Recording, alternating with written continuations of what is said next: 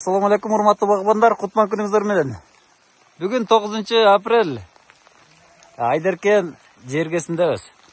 Зулупкарабамды багына келдик. Бул жерде келген максатыбыз бүгүн биз эң бийикте болуп жаткан гилас жөнүндө маалымат алабыз.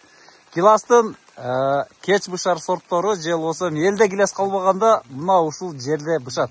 Ошол практика жүзүндө кандай болуп атат, эмне болуп атат, жаңы келген сорттордо кандай болуп атат, ушул боюнча маалыматты силерге алып беребиз. Ассаламу алейкум. Алейкум ассалам. Келгиле жигиттер. Келдик, кош келдик. Кандайсыз, жакшысызбы? Бул гиластар качан тегилди, кандай болду, не сорттор? Бул элде аңыз сөз бар. Бийик жерде эстеке өспөйт, гилас өспөйт, анан башка дарактар болбойт деген. Айрыкча бул сөз тиешелүү нарын жергесинде. Нарын жергесинде малдан башка эстеке болбойт деген. Бул да нарындай эле бийик. Хайдархан жергеси деңиз деңгээлинен 1960 метр бийикте болуп аткан учуру. Бүгүн деген апрелдин 8-и 2025 жыл. Bunun özgöçölüğü, uşu yerde tikkenden maksat özgöçölüğü, hiçbir yerde kalbagan uçurda bizde gilas pişip, öte kardarlar suyup gelip talaşka düşüp kalatıgan biz andık bildik. Oşun için bizde şunu östürü, bizde ön kireşe ыңгайлуу kireşe veretken.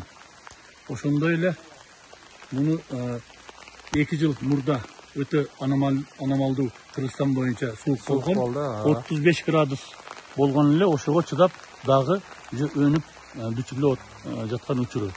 Кээ бир жерлерде азыр учурда көп гүлүн төгүп түйүп бүттү. Бизде эми ачылыш убагы болуп калды. Эми бүчүрүп жара баштаптыр да. Биздин элдерге ушуну тигип туруп жапырт түрдө объем жасаса, бизге элдерге өтө кирешени беришине биз көзү жетип калды. Ошон үчүн сунуштайт элек. Ушундай сууукта өсө турган сорттор бар. Биздин кеңеш тураса беребиз. Кордия менен Регина. Бул жерге скинаны тиктик. Ошондой бурлат, 50 бурлат бар. 50 бурлат бар. Кордия менен Регина.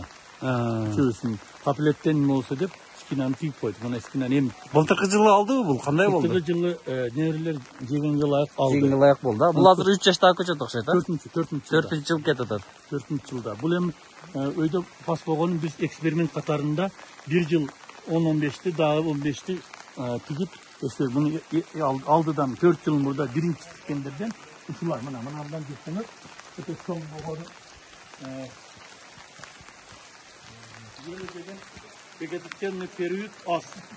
Күндүн табы аз. Ошондо дагы ушундай абалга келиши кубанарлык нерсе деп ойлойм.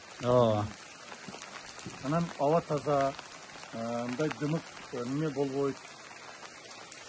Ушундай кичсе бүт жапырт түрдө 2-3 жыл мөөнөт ичинде элдер ушуга үйрөнүп, нечен түр объем жасашка, нечен миңдеген гилас көчөттөрүн алып жетишти.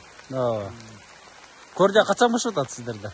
Кордия bir hafta кийин бышат экен. Кордия валовый иштер. Валовый иштер бар да. Валовый кайсы айда бышат? Кошуна айылдарда бардык эле бар өзү.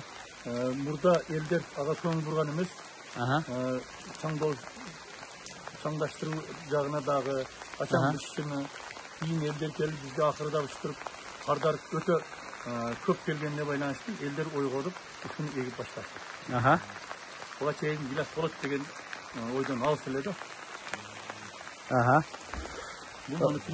Урматтуу туугандар, бул жерде Айдеркенде июль айында, июльдүн дагы жарымында, балким 20-сынан кийин кээ бир погодада ошондой убакта бышат. Азыр биз пландап атабыз, Ысык көлдө пландаганыбыз, биз 4 жылдан бери ушул сентябрга чейин бышырып алуу планыбыз бар да. Сентябрда дүйнөдө гилас жок болуп калат.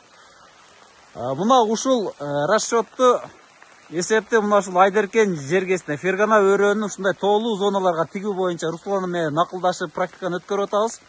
Эгерде азыр Кордия Регина бул орто бышар сорт болсо, мындан дагы кийин 1 ай кеч бышап турган сорттор бар да, Руслан.